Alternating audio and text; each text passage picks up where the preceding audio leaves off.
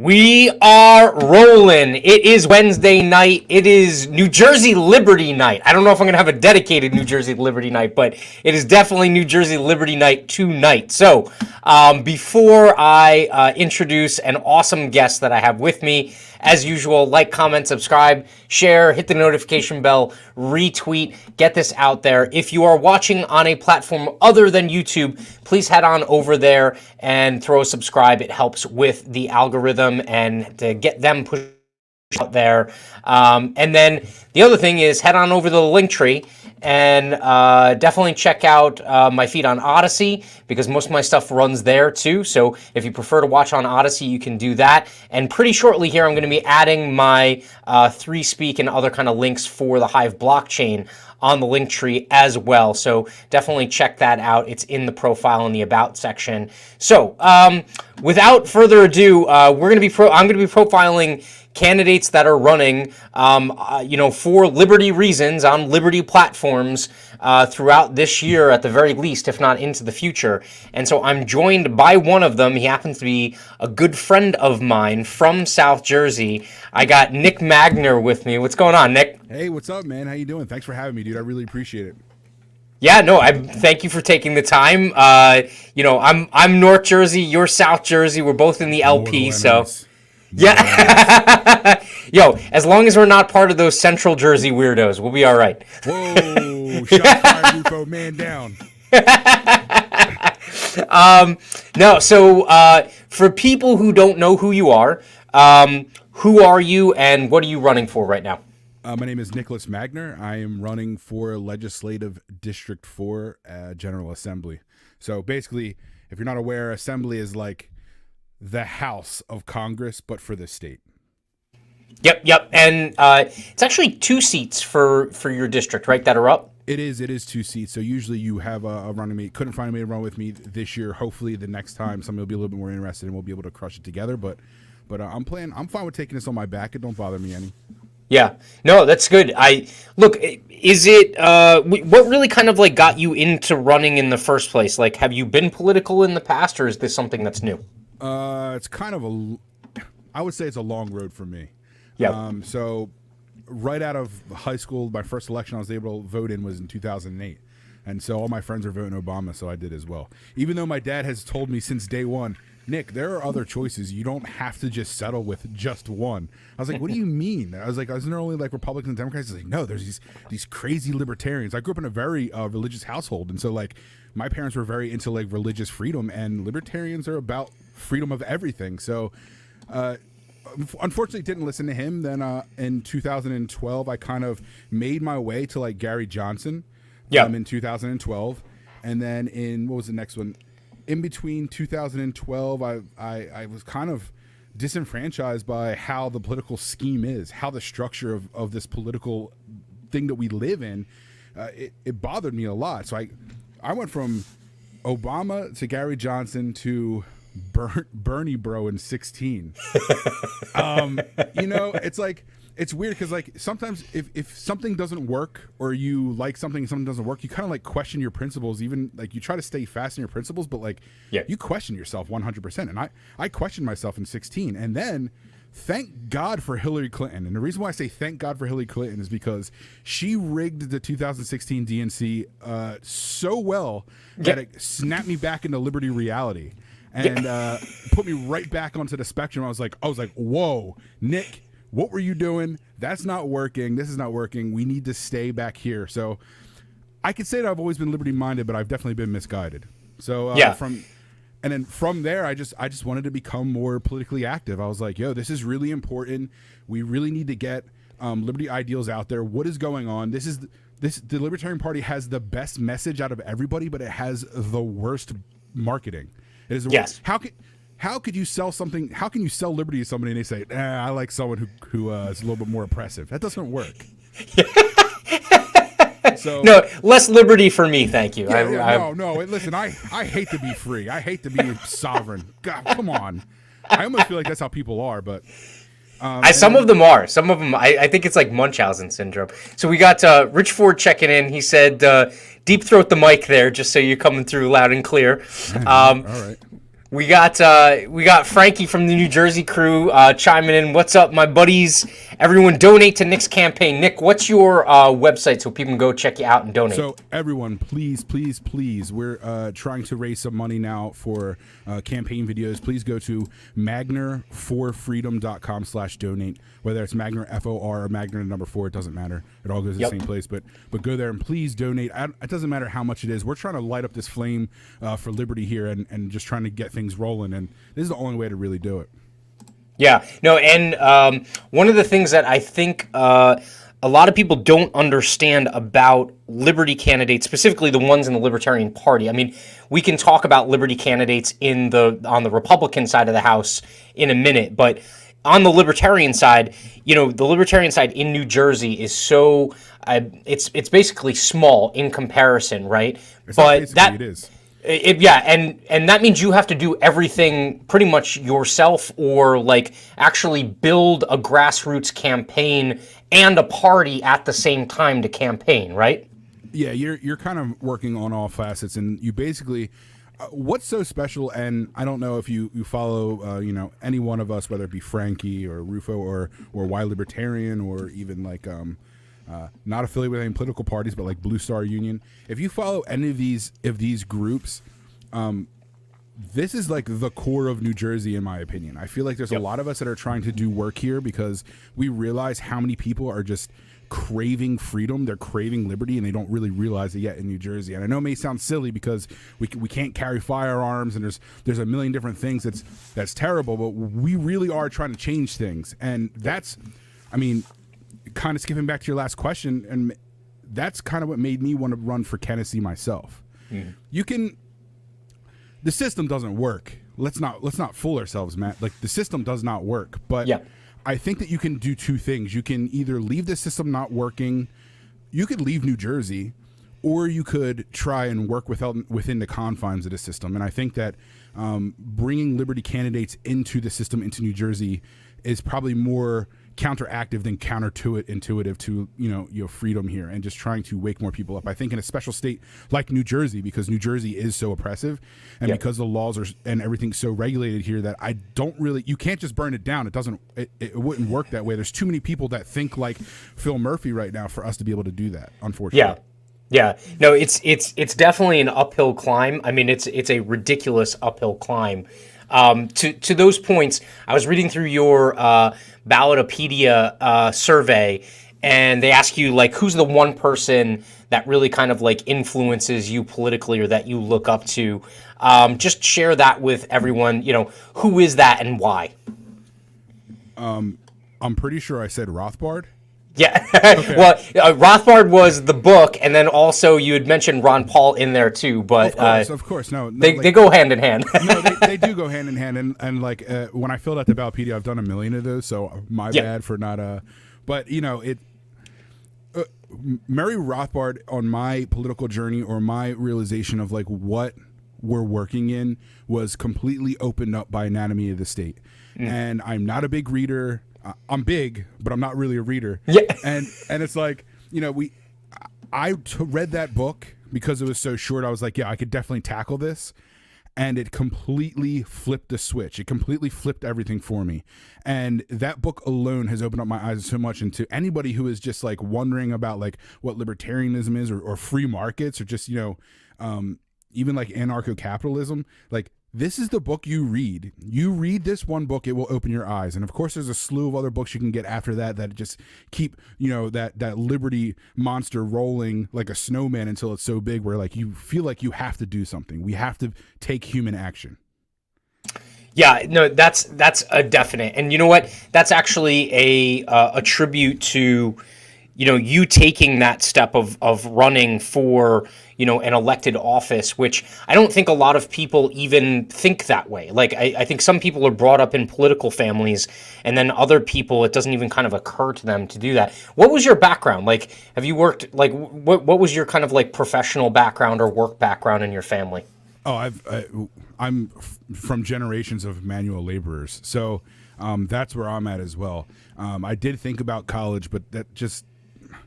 the thought of being in a classroom any longer than I already was for just really turned me off, and I just couldn't do it. And to be honest with you, it's a lot less thinking just to work with my hands and do what I have to do. So that's where I'm from there. And like, you know, as I said, generations of blue collar workers. I'm a blue collar worker.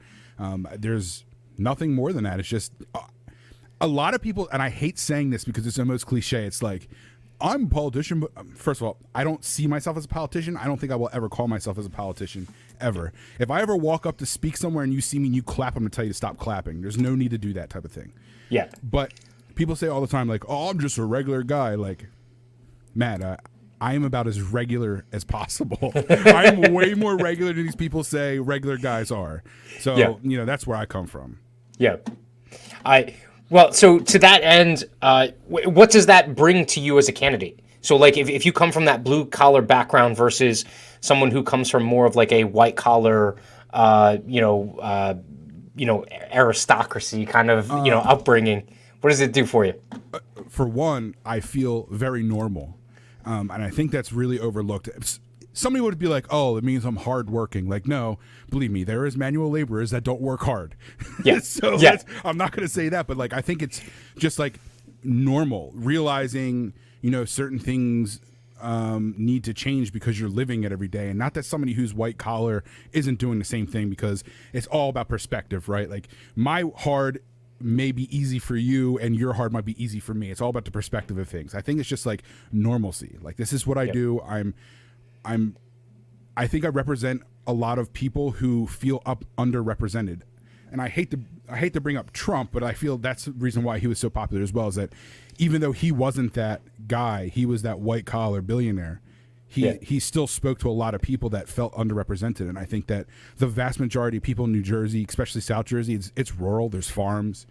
Like, this is what we do. We're hardworking people. We get down, we get our hands dirty. We're not afraid to get our hands dirty. If you're not coming home from work and feeling sore, I feel like I didn't accomplish anything. So, you know, it's normalcy. To answer your question, I think it's just normalcy, just being normal, which is something that so many people are out of touch with. Yeah. Yeah. And to your point, I agree with you. I think the Trump effect isn't necessarily going to be that, like, it was Trump and his policies and things like that are what's going to persist. I think what's going to persist is exactly what you're talking about, is people that can actually voice things that, you know, folks feel like they haven't had voiced that they would normally say, right? Like, things that, like, whether it be blue collar workers, middle class, taxes, whatever, people that feel like they're not being represented by, and I think there's a lot of them, because even with the voter turnout this last go around in the general election for the federal levels, I mean, you still had, what, 40 to 50% of the eligible voters didn't even still show up, and we had record voter turnout, right? So there's tons of people out there that are like, you know what, it doesn't even matter. Like, if I vote for someone, it doesn't matter because, you know, if I'm a single issue voter or something like that, you know, I'm probably not even gonna be represented by whoever ends up winning at the end of this. Let me ask you this. So in terms of platform, all right, what would you say your top like 2 or 3 things are that are really near and dear to you as far as the platform that you're running on? I think the most important, you know, after 2016 and really coming home to like my libertarian root, rants and whiskey, South Jersey. I was right. I don't understand where that's from, but yeah, it's okay. I was the president of a nonprofit organization that fought for firearms advocacy in New Jersey. Formerly New Jersey 2A Sanctuary. It's now called something different. Firearms to me is the number one issue that's important. To me, it holds precedence over everything because it is not the Bill of Rights. It is not the Constitution that gives us rights. We are born and we have rights inherently. The right to be sovereign, the right not to be oppressed on. And part of that comes with the right to protect yourself. And firearms are important to me because it is like firearms are the tool that I use to stay sovereign. It is the tool that you're supposed to use when there's a tyrannical government. It's a force. It's the tool to use when someone is trying to damage, steal, break into your property. It is the tool you use when you're trying to protect your family. And I don't want to fool anyone here. One of the biggest reasons why I decided to run is because I want my children to be freer than me. I think there's no better gift that you can give to your children than freedom. And again, firearms are that tool to protect that freedom. And I think that, you know, a lot of people will be like, yeah, you know, the second protects the first. Well, yes, no shit.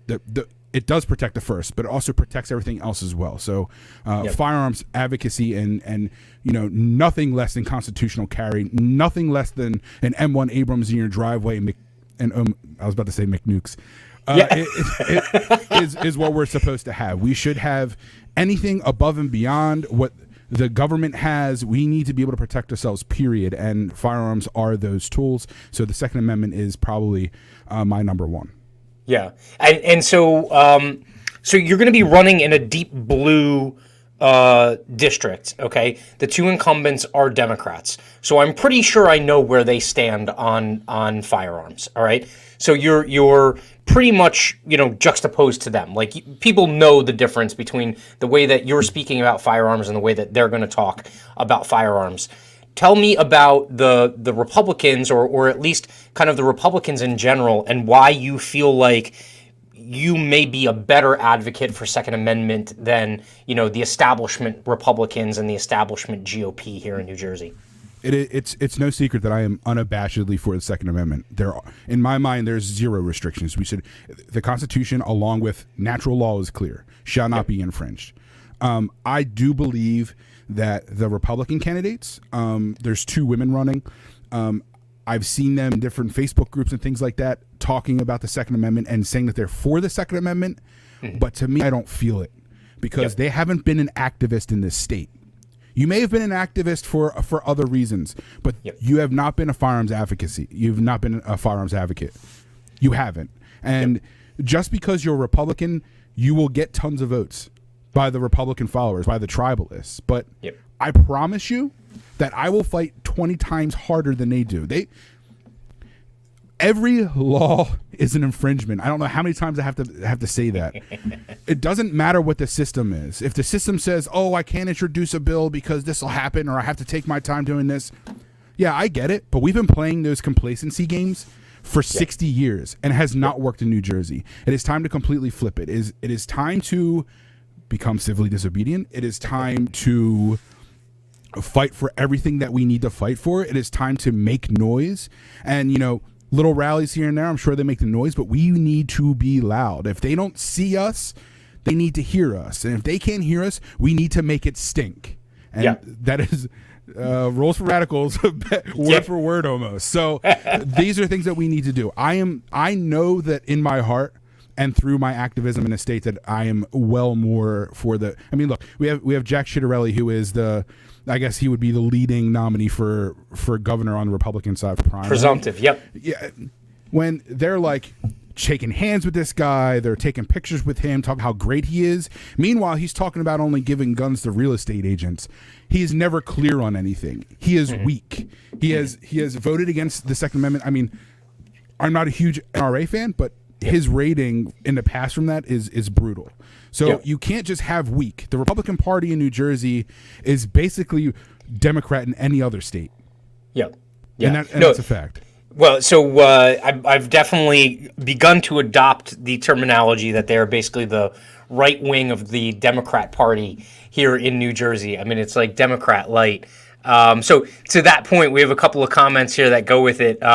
Ransom Whiskey basically says, can we please all agree that to Dems and Republicans, that they're basically the same party, and that the 2A is the same thing for both of them. I think the only difference there, and tell me whether or not you agree or not, is that the Republicans do a lot of talking and not a lot of actual action in terms of not just defending the Second Amendment, but also demanding that those rights be in place and not infringed upon.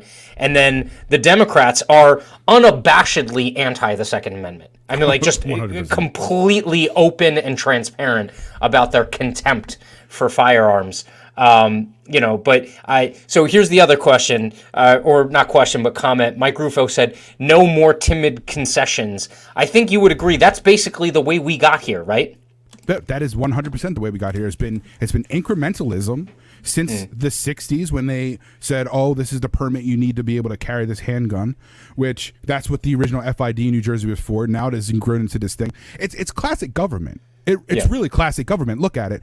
There has been no history of any government that has gotten smaller. They've only become larger and larger. It's the same thing here. You take an inch, you give them an inch, you're going to take a mile. Here's the permitting system. Now look where we are 70 years later. Look where we're at now. We're at a time when people, typically in lower socioeconomic areas, can't afford the permitting schemes or the tons of paperwork they have to do, may not have access to internet to be able to do what they have to do to apply through the FAR system. There is so many rules here in New Jersey, and let's be honest, they're racist, they're oppressive, and they affect more. They're not really affecting suburbanites, people who are able to sit there and do. There are people every day in Camden, in Trenton, in Patterson, I don't know, name your random North Jersey city. I'm sure it's the same way, right? Yep. Where they are not, people in those areas are not getting the same type of education when it comes to firearms advocacy. Hence, people like Maj Toure, who has Black Guns Matter and goes and has to do it himself, takes it upon himself to do those things. Okay, those laws are affecting people in the lower socioeconomic areas. They're hurting the people in the inner cities more because they need this every day in the place that they live. They need to be able to protect themselves every day. God forbid they have to run to the store. They know they need to have a firearm and to possibly survive any type of situation that's happening in those cities that, and now what's going to happen? They get pulled over for some bullshit reason by a police officer. Police officer finds a loaded handgun. It's not registered to them, and now they're in jail. To me, that's a nonviolent crime. There's a crime. It's crime with no victim, and we're putting people away because of those reasons. That's what's happening. When you see Cory Booker and you see all these other people advocating for because we can't hurt anybody. We need to make it harder for people to get these guns. Listen, New Jersey is almost the number one place in New Jersey in the U.S. where it's the most oppressive. Yeah, we still have those issues. And this is a huge point. So Ransom Whiskey said to clarify basically that he meant that neither side wants commoners to have guns, which is exactly what you're basically talking about. No, like 100%, 100%. They would rather the wealthy and the people that can have personal security details have firearms, but not the regular folk. And then we both know Dan. Dan's trolling a little bit today. I guess he's feeling saucy. He said he says he's not a huge NRA fan, so that means he's somewhat of an NRA fan. You heard it here, folks. I think clarify for Dan and the rest of the audience. What I'll clarify to Dan is that I'm changing my reoccurring donations for certain organizations. Yeah. You've been cut off. You're out of the will. Not that it was much anyway, but whatever. It's the point, right? So really quickly, NRA, do they really stand for gun rights? No. No, they don't stand for any gun rights. They've actually started with restrictive gun control to begin with. So I don't know how you can. And listen, you can look at it all over the place. What they do is if there's an issue in a state that is gaining traction when it comes to firearms rights, right? Whether it be in Virginia when there was the Lobby Day event, I guess it was over a year ago now. That's kind of crazy. Yeah. Where they were trying to send all types of restrictive laws through with Ralph Northam. They only hop onto things when other groups do. FPC is probably one of my favorites because they are, again, not afraid to say, hey, you're a tyrant. This is what's supposed to be going on. That's where we need to be at. We can't be sitting back in New Jersey. I stopped donating to the NRA in New Jersey when I said, hey, just by chance, like, what are you guys doing here in New Jersey? And they were like, oh, we can't tell you that. And I was like, well, sorry, then I'm never giving you any more of my money. I'm not giving my money to help out some guy in Ohio when New Jersey is crying when we're bleeding here. So, No, I'm glad Dan was able to help us clarify that one.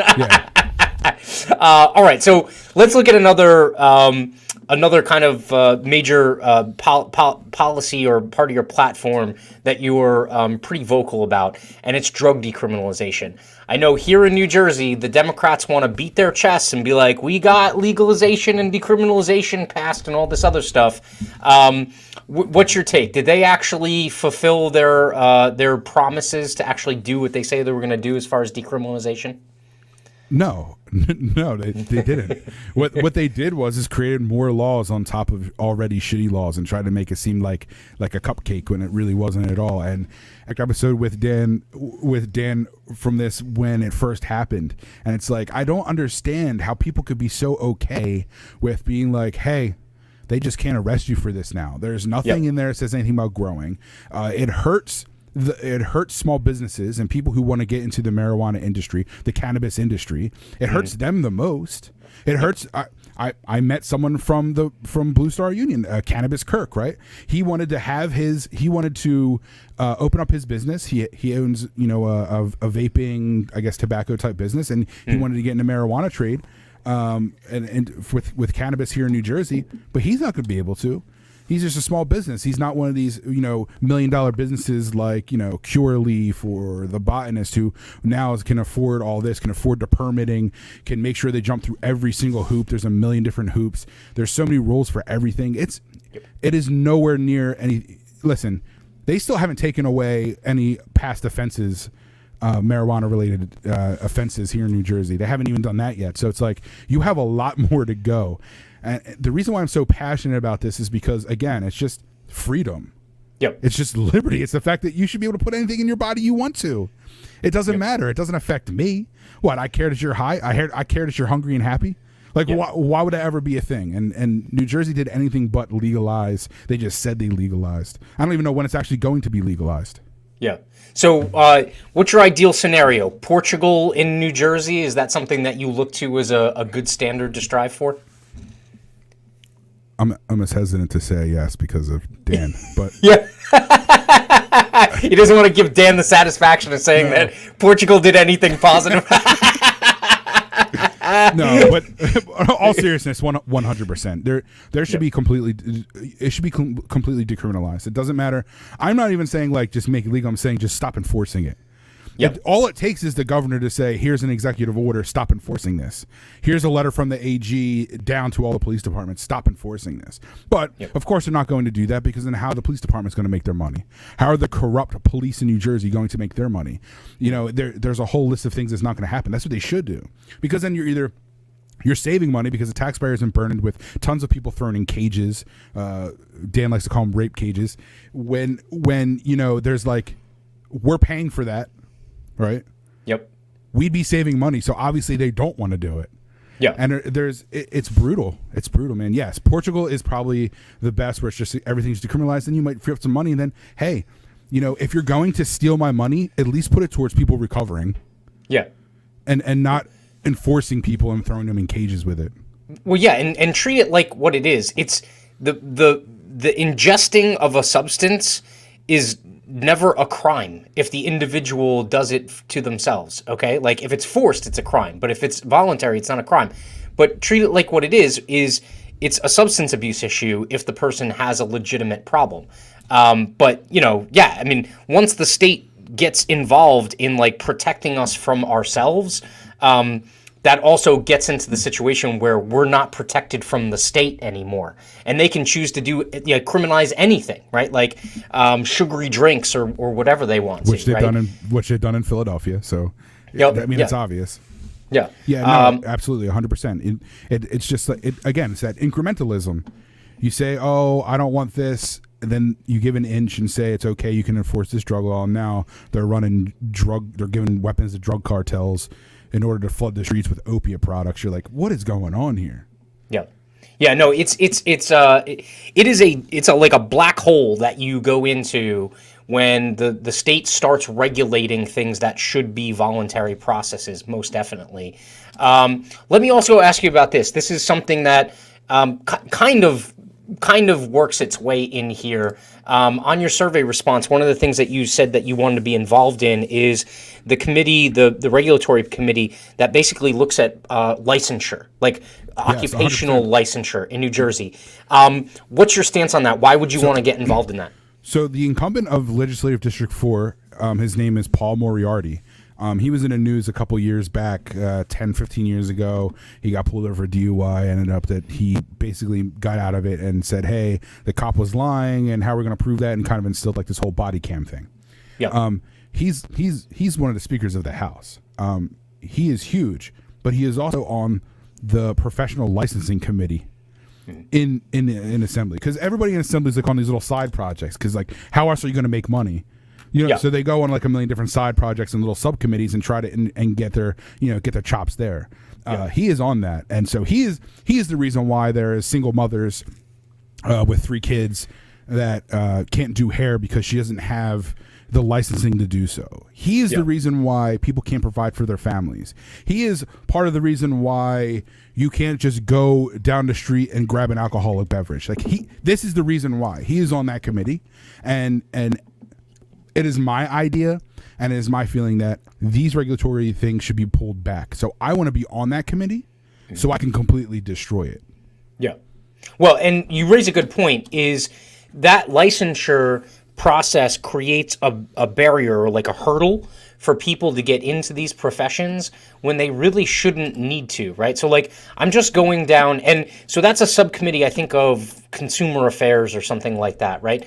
And so let me pull this up really quickly if I can get the right tab here.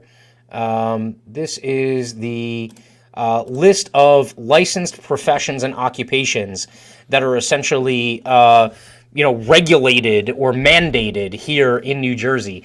And I'm just looking at some of these and I'm like, why does the state have to make sure that someone has a license to do these things? Like an audiologist, like someone who's just going to make sure that you can, hear right, or a barber. Why do we need a barber license or a beautician when someone can just basically cut hair? And if they're decent, just let them cut hair out of whatever, their kitchen, they're already doing it now. They might as well be able to do it for a business. But it's like, so many of this stuff is, even the teachers have to, like cosmetologists and cosmetology teachers have to be, essentially licensed in the state of New Jersey. This is like the nanny state at its worst, right? Yeah, you're breaking down every single profession and creating a permitting system, because even though you're stealing money from us at a rate higher than almost any other state, you want to do it even more. It makes zero sense, and the only reason why they're doing this is because it's not. Listen, the state don't care whether you live or die; they just care about stealing your money. Yeah, that's the only thing they feel like they want to do. So they're doing this because it's going to add a hurdle to people who can just do that, and the state can't get a piece of the money. And when I say the state, I literally mean New Jersey and like the state. So it's like both. It's the same. They don't care about you. New Jersey doesn't care about you. That's evident in the way that they're so regulatory for everything here in the state. And to me, it's almost like the epitome of evil. How dare you tell anyone that they can't pursue happiness? Owning a business and trying to, make money and profit from your business is part of the pursuit of happiness, and you are stifling that at almost every turn here in New Jersey. God forbid you try to run for office. The paperwork for that alone is outrageous. Yep. And they claim it's for transparency, this, that, and the other. Listen, people just fill out these forms. There's a million different forms. We would have better leaders in New Jersey if it was, and Shane Hazel was actually talking about this before, because he's talking about how there's like the supposedly oppressive voter legislation came through, and he's like, dude, I don't care about that until you make it easier for people to run for office, because that's where the change comes in. You can flood people to the voting gates, right? But what we really need to be doing is taking all these wonderful liberty-minded people in New Jersey, and you should be forcing them, not forcing, wrong word, but getting them and convincing them to run for office, because we need to flood that area of this too. It doesn't work without everything, and we need to do that, and it needs to be easier. So I agree on that front. It's terrible. And we're coming out of COVID lockdowns that in most cases, I'm sure you're going to agree, are totalitarian and authoritarian. And it's basically undermined a ton of the business community in New Jersey, not to mention the rest of the United States.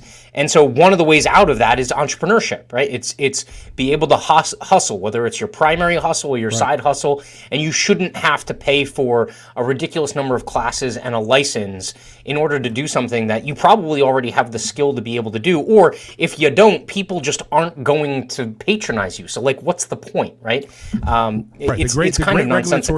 The regulatory body that we need are the consumers. The consumer is the gauge of how well your business is doing. It is also, and part of how well your business is doing is your business practice. So if you have terrible business practice, your business will not thrive. So you will build a better business model. And then that's really the gist of it. You don't need someone saying that you need a license to braid my hair. Okay. Yeah. That shouldn't be there. You don't need that. What we need is for people to say, hey, you don't need licensing for this. Everyone can flourish. Let the market decide which businesses are good and which are bad. Because I guarantee you, without so much manipulation into the market as there is now, if you were to take that all the way, we would have a vastly different market that thrived in millions of different ways, specifically during lockdown times as well. Yeah. And Matt Wright chimed in here, and I think he also hit on something pretty decent. He said, in most cases, licensing is a huge hurdle that once again kowtows basically to big corporations and big donors. It's a means of being able to protect, the larger organizations and companies protect themselves and their own market share so that they don't have to fight hundreds or thousands of these upstart entrepreneurs trying to take their market share, which is an abuse of government at every single level. So, where do you stand on that? I'm like that dynamic between business and government. Like, do you feel like there's still a separation point, or is it pretty much the same thing nowadays? Now, unfortunately, because what we have now, and a lot of people on the left like to complain about capitalism and how we're in this mess because of capitalism, but I'd like to argue the exact opposite. The reason why we're in this situation is because you have the government marrying with the capitalist ideals that people are having, and they're taking that money and they're taking those deals and creating a plutocracy. You're creating an elitist group of people that are now doing business with the government. You saw that with the Federal Reserve. You see that with Facebook. You see that with Twitter. And before, man, I was one of those people who were like, yo, those are private companies. Yeah. Right. These are private companies. They can do as they please. But when you look into how much subsidy they are getting from the federal government, you are no longer a private company once the government puts its dirty, grubby fucking hands into your business. You are no longer you're no longer that same entity as you were before. So when it comes to the government, they need to stay out. Stop manipulating the market. Let the market work as it's supposed to, because when it does, it flourishes. And I mean, that's basic Austrian economics. That's basic. Listen, let it go. It goes for anything, not just like the free market. Let people go. Let them do what they're supposed to do. Let businesses thrive the way they're supposed to. Stay out of it. You can't get they're trying to get the government tries to get its chunk of everything, and it completely ruins the market. Ruins the market. It is not, we are living in an age of cronyism, and we are living in the age of government subsidy, period. And that's a question that I think you're right, is a lot of people get that answer wrong. They if they're kind of like that autist libertarian, they're like, oh, well, it's a private company, they can do whatever they want. And then you're like, yeah, well, what about government coercion, right? That's not a private company making an independent choice. It's essentially, government leaning on, whoever is out of favor based off of who made the better offer in terms of whatever it is, campaign contributions or political support, or who can rally the most number of votes, that kind of thing. Yeah. Another leg of your platform, and this will probably be the last individual one I'll look at, but it's a big one, is where do you stand in terms of U.S. foreign policy? Like, have we done a good job as far as U.S. foreign policy, or are we actually creating more problems, would you say, than we're fixing? Listen, we are 100% without a question creating way more problems than there ever needed to be. We need to be out of the middle. I am anti-war. I don't think we should be out. I think we should be putting our resources here, period. There's no need to be meddling in the Middle East because there's some dude in Iran who has a lot more money than somebody else does in Afghanistan or whatever neighboring Pakistan. We don't need it. If we've been in perpetual war for so long, we've murdered so many people. And I've said this, we not too long ago, we read Scott Horton's book, Enough Already. And his book talks about how many wars we really are in the Middle East and the situation surrounding those wars and why we got there, essentially. And listen, the reason why we got there is because we can't keep our hands to ourselves. Yeah. You know what I mean? Yeah. You tell your small child, listen, keep your hands to yourself, right? We need to be telling the government to keep their hands to themselves. They've done nothing but pillage, purge, steal, murder children, starve children, create famines, burn places to the ground, mess with economies, mess with regimes. Stop. Leave it now. We don't need this. We don't need it. We are spending way, way too much money. We are spending so much money in these places, and it hurts us. And in turn, back here at home, they're trying to make it seem like it's profitable to be during war because of all these businesses. So they're manipulating the markets, they're killing the interest rates that make people at home think that we're doing better than we are. So then we're buying into a false market, and what happens in that false market? Eventually that bubble bursts, and it bursts 100 times worse than it would if it were to naturally occur that way. So it's a huge mess. It's cost trillions of dollars. It's cost, millions of lives. Stop. Period. Stop. Why? We don't need to be there. So, from a assembly seat in New Jersey, you don't necessarily have authority to, say, push a bill to the feds to pull us out of these wars. What's the way that you can fight from New Jersey to protect, us in New Jersey from this just awful, toxic foreign policy that DC is engaged in? Amazing segue, by the way. What we can do is that we can propose bills like Defend the Guard, where we're saying, hey, you can't take our National Guard that's supposed to be, quote unquote, our militia for the state, and at the whim of a federal government who has not declared war since World War II, okay, you can't use our New Jerseyans overseas because that's what they're doing. They're taking a National Guard and they're sending them overseas when they shouldn't be. So what we can do is pass things like Defend the Guard that push the federal government to be, mindful and to actually stick to the Constitution through means of nullification. That they can't take our National Guardsmen. You can't put them overseas. Pure and simple. We don't agree unless you say that unless you have an official declaration of war, you can't take our people. And even then, I feel like they shouldn't do it anyway. But again, that's for something else. But that's basically what it is. Probably I would say the third leg, the third leg of my platform, would be Defend the Guard. It's to keep New Jersey safe as much as possible, to not send them overseas when they don't need to be. Yeah, no, that's a huge point. One thing I'm going to point out is if you want a candidate with a personality and a sense of humor, vote for Nick, because I've seen the automatons that he's running against give speeches, and Nick can actually make a joke and laugh at a joke, so know that. The other thing I would say is shameless self-promotion. Tomorrow night, I'm going to have Mike Rufo and Diego Rivera on to talk specifically about Defend the Guard. They've had some really good victories in Texas. They're moving on to some other states, and there's just some badass stuff happening in terms of, you use that word, nullification. States basically pushing back in a way that respects the 10th Amendment and tells DC that they can't continue to just take advantage. And the one thing I like to say is, like, it's our sons and daughters now that go over there and die. Right. They have the propaganda that's like, I fought in Afghanistan, and now my son's being deployed there, and you're like, yeah, that's not a good thing. Like, that is not something to be proud of. Not at all. No. And just a testament to the Libertarian Party here in New Jersey is the fact that the Libertarian Party is getting together ways to try and pass Defend the Guard. So Rufo, for one, kind of piqued my interest with it. My sister has deployed multiple times, and I can see the irreparable damage that has happened to her, mentally and physically, and she's also in the Guard currently. I don't like it. Sometimes it takes a second, right? Like, you can say, hey, war's bad. Yep. I'm sure there's not any people except for like the Bushes and maybe Dick Cheney who are saying war is good, right? It's not good. And until you experience that yourself, sometimes I think it's tough to really take that perception and be like, man, this is really something that's important to me.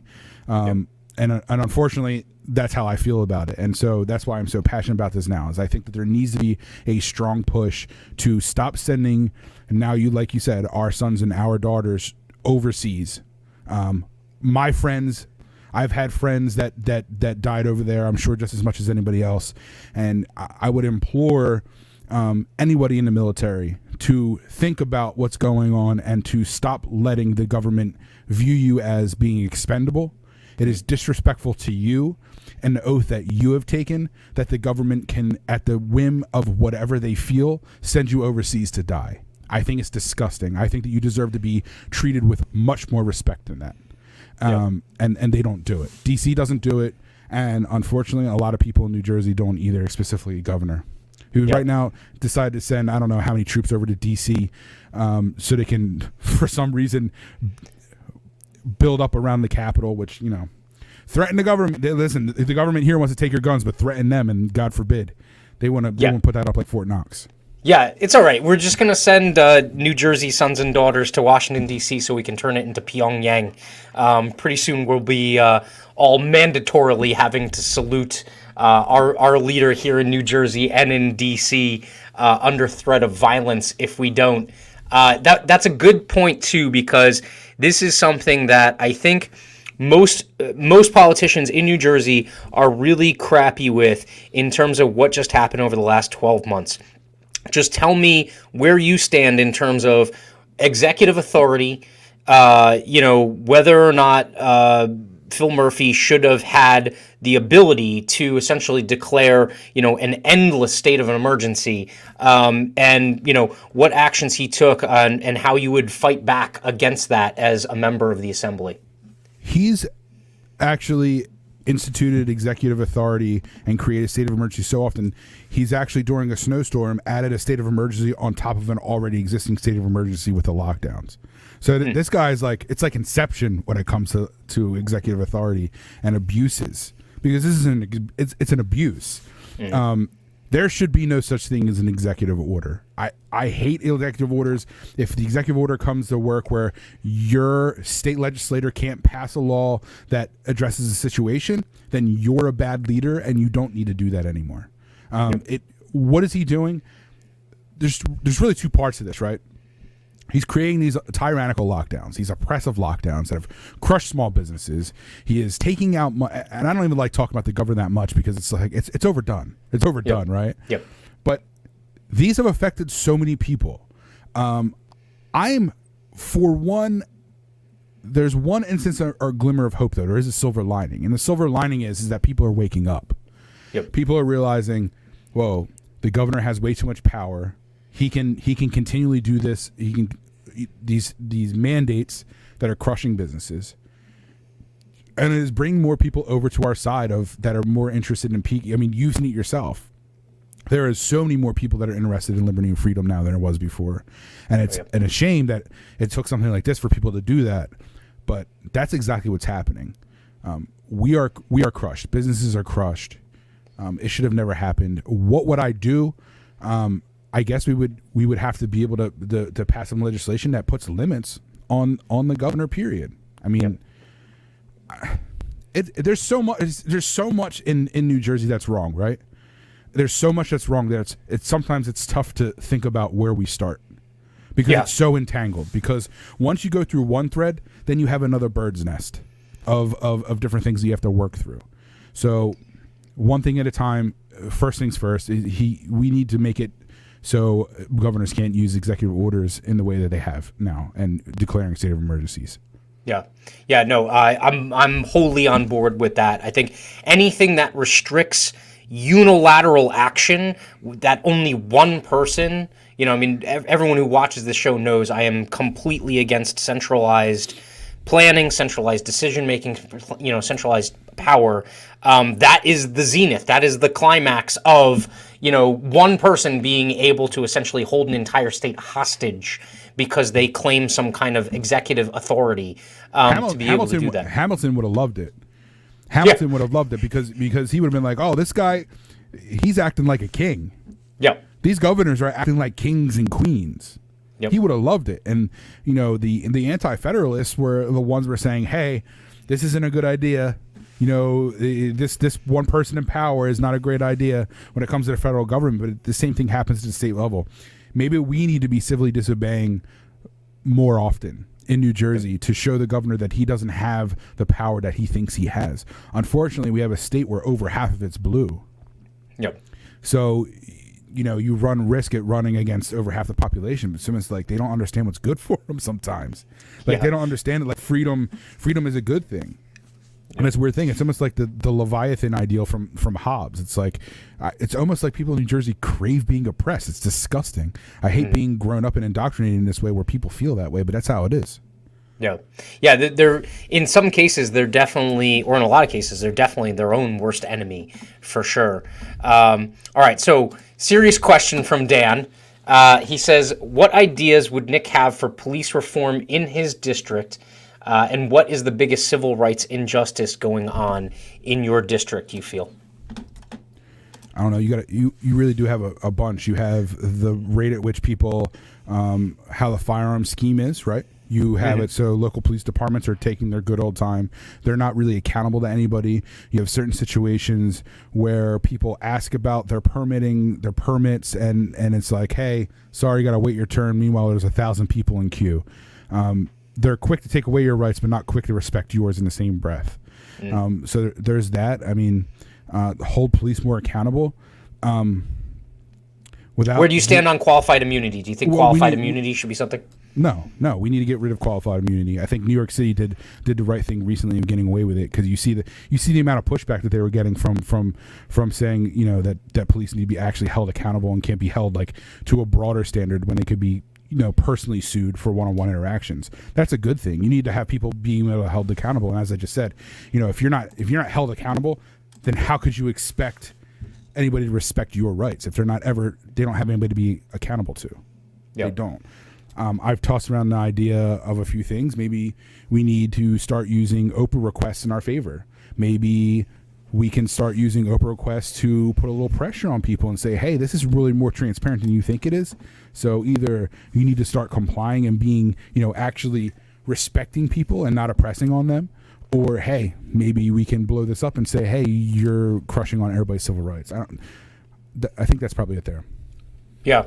No, that's an interesting thing that I think definitely draws a line between you and, say, the law and order Republicans that are out there, is you're actually willing to go out on the line and say, look, why would I resist tyranny from my elected officials and accept it from an agent of the state like a police officer, right? And that's something where I think there's some cognitive dissonance or just a disconnect in people's brains, especially when it comes to, Republicans that are out there that think that they are, doing the right thing by being for, air quotes, law and order, when truthfully they're actually just kind of legitimizing or authorizing, abuses of constitutional rights without any, recourse or anything like that. All right, let me transition one last time here and ask you about something that it's a little obscure to some people because they haven't heard about it before. They might have heard of things like Bitcoin.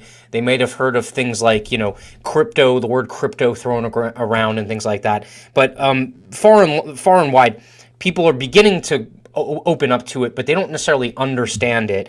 As far as like crypto and the blockchain goes, where do you stand on that? Are you in favor of it or, against it? And then, what do you think that provides in terms of a positive for maybe, government or the people of New Jersey?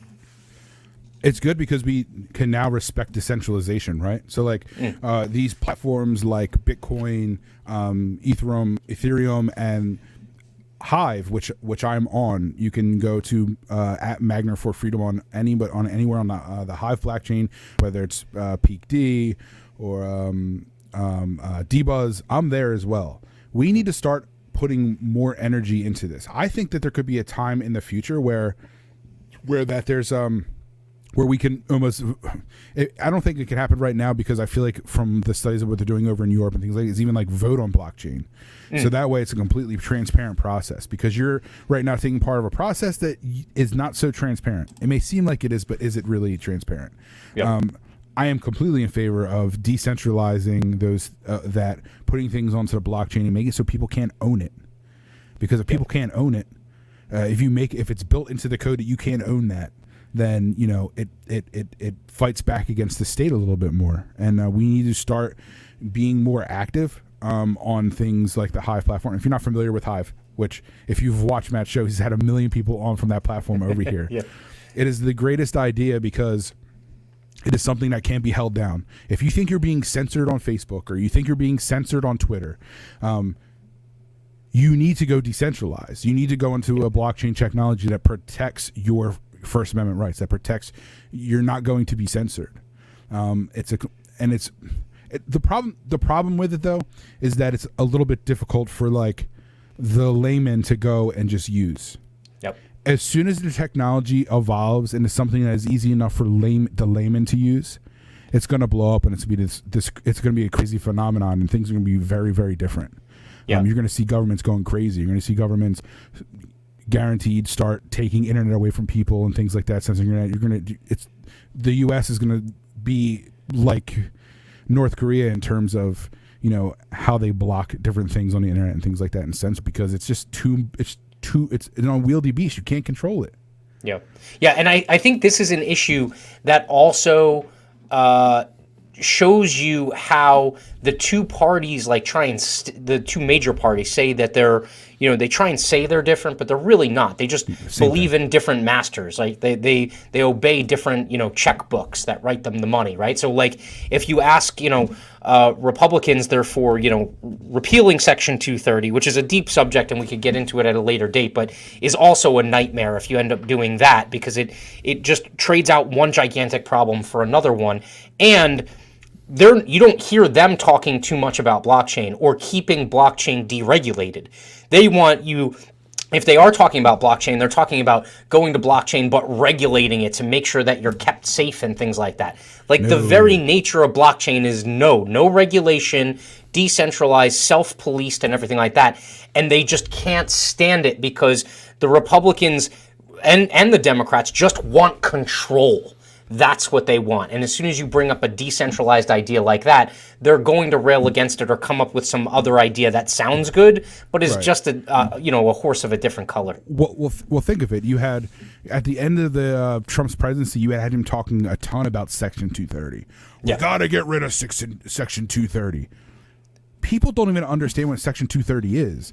Yeah. Section 230 is basically the Bill of Rights. It says hey, you can have free speech on your platform. That is not going to, whatever is said on your platform is not going to be your responsibility as a person owning a website. So it's basically saying, hey, you can have free speech here. If someone says something dumb, you can't be held responsible.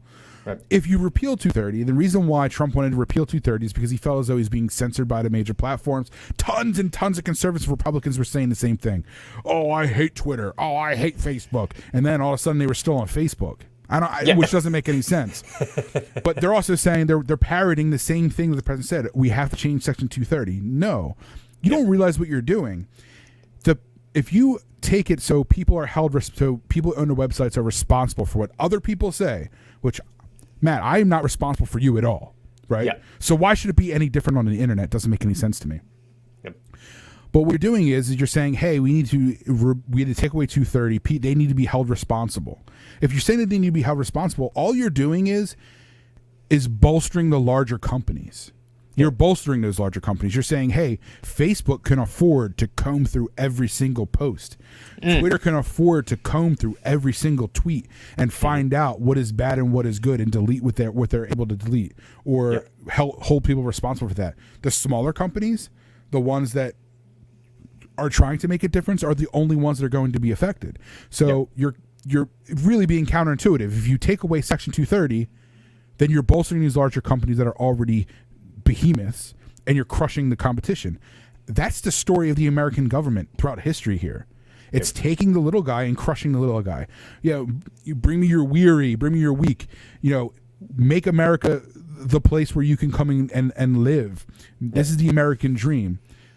The only thing that's been happening by the U.S., besides being a terrorist organization overseas, is the fact that you're here now and we're passing laws that are crushing the little guy. You're crushing that American dream. There's nothing worse than that. Stop. You can't preach. Listen, America can no longer preach the American dream. So stop doing that. But in the same breath, it's like you're crushing this. You're crushing it for the little guy. You're passing everything that only bolsters the plutocracy. It only bolsters the elites to be able to do more of what they're doing, which is the cronyism, the evil cronyism. So that's 230 in a nutshell. And the whole 230 talk is really, it also shows you how the two-party system doesn't work for anyone other than the two parties, because the only reason why they're behind getting rid of 230, it's not for free speech for everyone. They're mad at 230 because their guy was getting censored on the one platform. And they just don't understand. It's that knee-jerk reaction that's like, oh, the liberals are going to support it, we have to be against it. The knee-jerk reaction, and like you said, the big companies like Facebook, they'll be able to parse all of that stuff. Not to mention the fact that you better believe that when there's an upstart social media platform, their people are also going to be parsing that to try and prosecute them or sue them, so that they can essentially, use the court systems to keep all of their competition down. So all that would do was essentially, kill Parler. And a lot of them thought that it would save Parler, and it's actually wrong, Exactly. But so anyway, correct.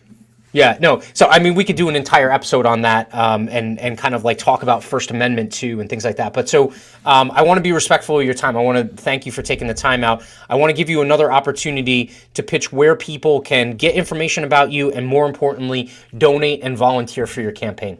Yeah, absolutely. Please follow me on Twitter at Magner for Freedom. You see it right over there somewhere. Make sure you go and give me a follow. Also, please go to magnerforfreedom.com/donate. You can go to magner.com/subscribe and become the email listing here. The website, you have anything on my platform. If you want to contact me, you can contact me. Everything that's there. If you have any questions, you can hit that little chat box that you see in the bottom right there. If you hit that chat box, it goes right to my phone. So if Matt were to send a message right now, I would get it. So if you ever have a question or you want to be able to contact me, you can do it through Twitter, you could do it through Facebook, or you could do it through the website. And now he's testing it right now. So hopefully it comes through so you don't make me a liar. No, look, right there.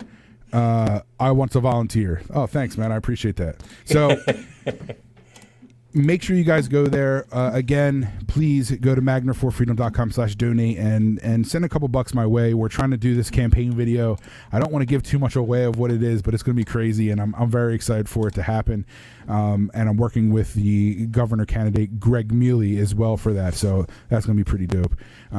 Let's just say I'm going to take him shooting for the first time. But yeah, that is always a fun time, whether it's the first time, the second time, or the millionth time. Yeah. That's definitely going to be a good time. So, all right, I want to thank you for taking the time, everyone. If you have the opportunity, go to magnerforfreedom.com. Definitely donate, volunteer, do whatever you can. Subscribe to get updates about the campaign, and follow Nick. And look, we'll be back tomorrow night at 7:30. We'll be back tomorrow night at 7:30 with Mike Rufo, another stud from New Jersey in the Liberty Movement, and a New Jersey transplant that went to Texas, Diego Rivera. Smart. And yeah, smart, and he's making some waves there too. So we'll bring him back. Like it's all right. We might even buy him a bagel or something like that. But it is what it is. So we'll be back tomorrow night at 7:30 to talk about Defend the Guard. And like I said, hit up Nick. Make sure to donate to his campaign, support him, and let's make sure to get some real Liberty voices just kicking ass on the campaign trail this year. So thanks, Nick. Have an awesome night. Thanks so much for having me, man. I really appreciate it. Let's do it again soon. Definitely. Peace.